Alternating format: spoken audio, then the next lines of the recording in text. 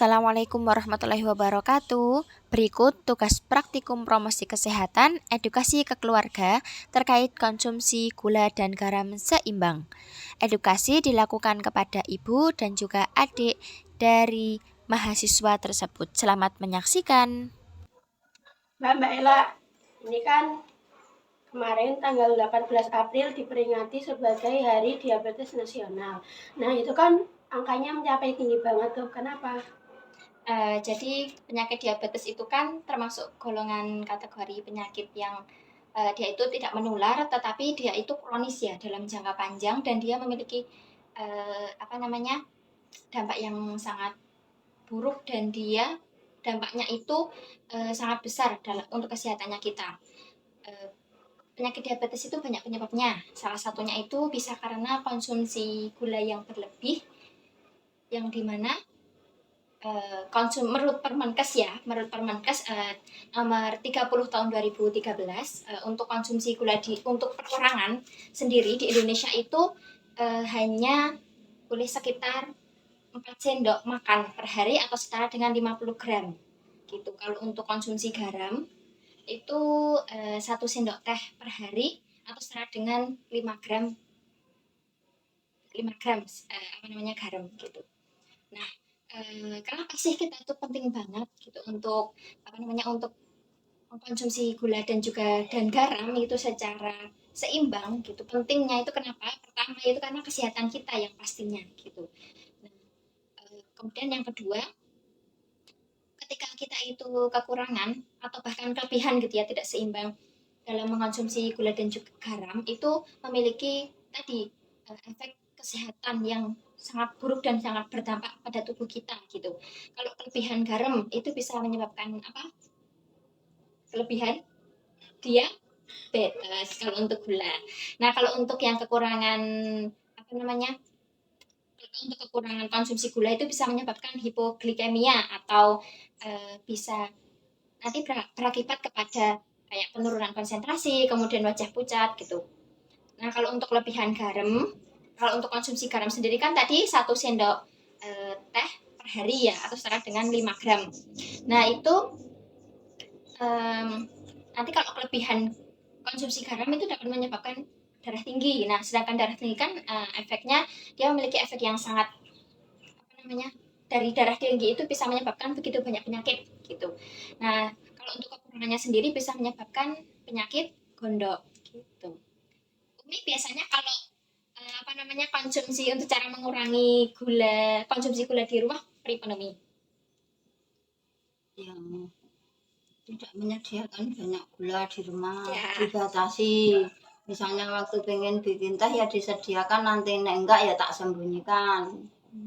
Oke. Jadi gulanya disembunyikan. Disembunyikan ya. Kalau Salma karena masih muda ya, jadi mulai dikurangin konsumsi kayak makanan-makanan yang banyak manisannya seperti biskuit, kemudian coklat-coklatan, apa sih sekarang tuh zaman sekarang itu banyaknya es teh, terus boba. Iya, dikurangi karena teh pucuk harum. Iya, betul banget, itu dikurangi itu banyak pengaruhnya. Gelas gitu. nggak bagus. Jadi, nah terus kalau untuk konsumsi garam Umi, biasanya berapa Umi sehari Umi? Sehari ya nek nyayur itu nggak sampai 1 sendok, setengah sendok makan untuk satu keluarga. Oh ya. Tapi nanti juga nggak boleh terlalu kekurangan ya Umi. Kalau kekurangan juga nanti takutnya gondok. Tapi alhamdulillah sejauh ini kita sehat. Ya, alhamdulillah. Karena konsumsi garamnya tidak hanya dari masakan gitu, dari makanan-makanan yang lain yang kita masukkan makan kita juga, maksudnya ada kandungan garamnya juga gitu. Nah, kemudian nih kita kan Salma dan Mbak masih muda ya gitu, kalau Umi kan sudah sepuh gitu.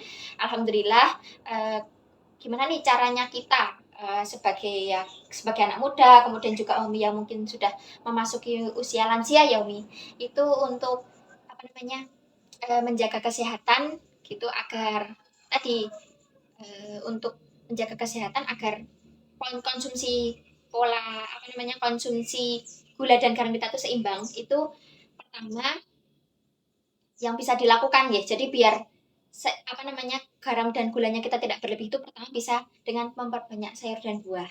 gitu. Alhamdulillah kalau di rumah sudah banyak yang Umi. Sayur Gula. sudah harus ada terus.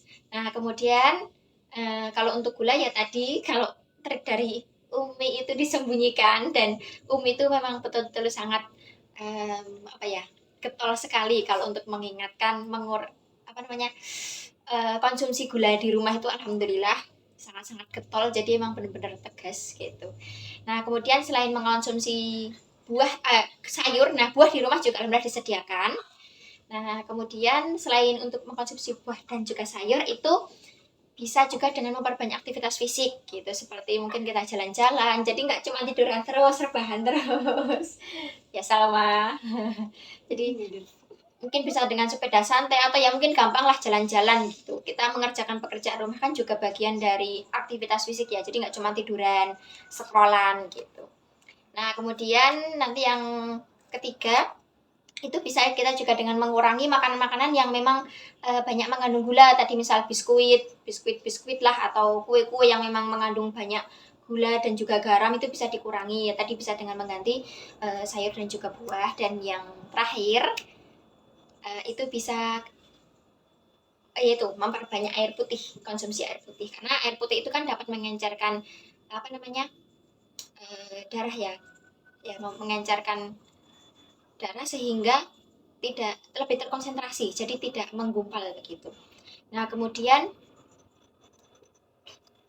yang terakhir itu bisa dengan rutin untuk memeriksakan kesehatan kita ke Vaskes. Jadi kayak rutin kontrol gula darahnya kita, kemudian rutin selain berat badan juga, kemudian ya seputar kesehatan dasarnya lah kita untuk mencegah penyakit-penyakit yang tidak diinginkan. Begitu, sekian dari kami. Dadah.